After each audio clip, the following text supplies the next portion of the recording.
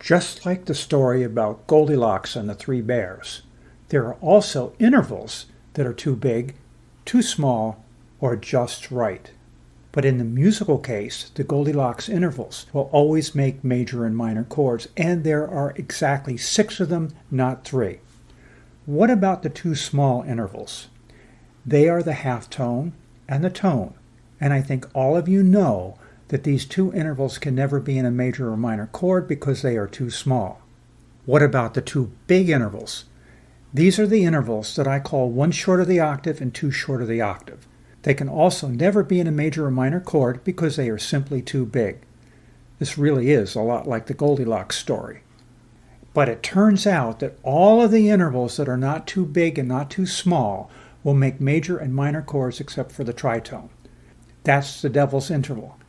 Well, it really isn't, but it makes a cool story, and the tritone is really devilishly hard to understand. That leaves 6 more intervals. I'm not counting the unison, because the unison really is not an interval. And I'm not counting the octave, because an octave will make any kind of chord that you can imagine. So the Goldilocks intervals are the fat tone, the bitone, the 4th, the 5th, the interval that is 1/2 tone bigger than a 5th, and finally the interval that is 3 short of an octave. If you count them up, there are exactly 6, and these intervals will always instantly make some kind of major or minor chord. So let's examine and listen to these 6 Goldilocks intervals one by one as they make major and minor chords. I will start with the fat tone. I will mention only once that all of these intervals have traditional names. So if you prefer to use traditional names instead of my names, feel free to switch to the traditional system. Now, let's make a fat tone to make a major and a minor chord.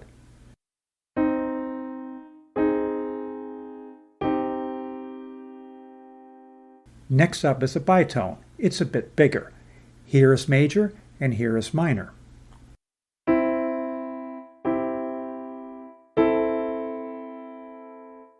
Next is the 4th, which is always 1/2 tone bigger than a bitone. Here is major and here is minor.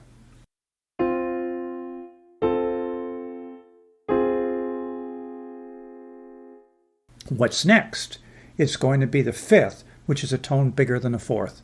Notice that we are skipping the tritone because it's not one of our Goldilocks intervals.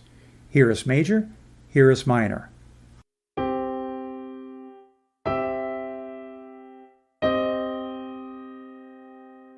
Next is the interval that is 1/2 tone bigger than a 5th. This one is hard to hear, so you might want to remember that it always fits an augmented chord. Here is major, here is minor.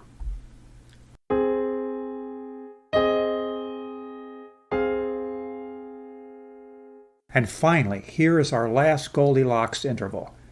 It is 3 short of an octave, and that is the way most of my beginning students have chosen to link their ears to this sound. You might want to remember that it always fits a diminished 7 chord. Here is major, here is minor.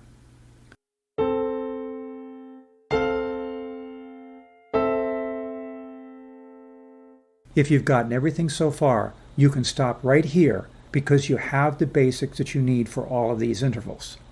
But let's go down a rabbit hole and find out what happens if we open up our system to dominant 7 chords.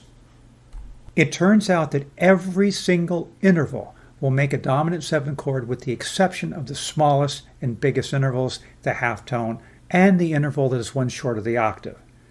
It actually took me a while to figure out how to show this because I wanted to keep the interval that I'm showing in the right hand without altering it and then add the missing notes only in the left hand. I always use root position, often with open voicing, and it was pretty tricky. Let's synchronize all of these intervals with the dominant 7 chord. Tone,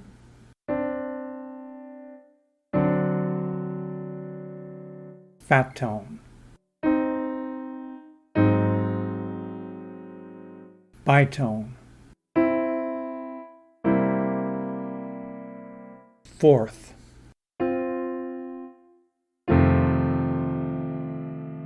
tritone,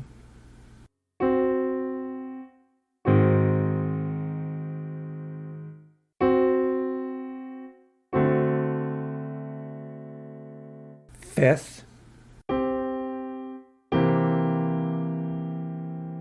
one half tone bigger than a fifth,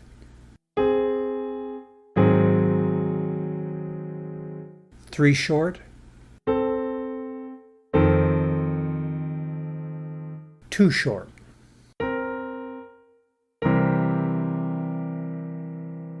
So there you have the story of Goldilocks and intervals. I think it's a cool idea, and I'm going to use it in the future a lot in teaching. Please don't forget to subscribe to my channel. Leave me comments about anything you like, comments about anything you'd like to see in the future, and remember that I consider all suggestions.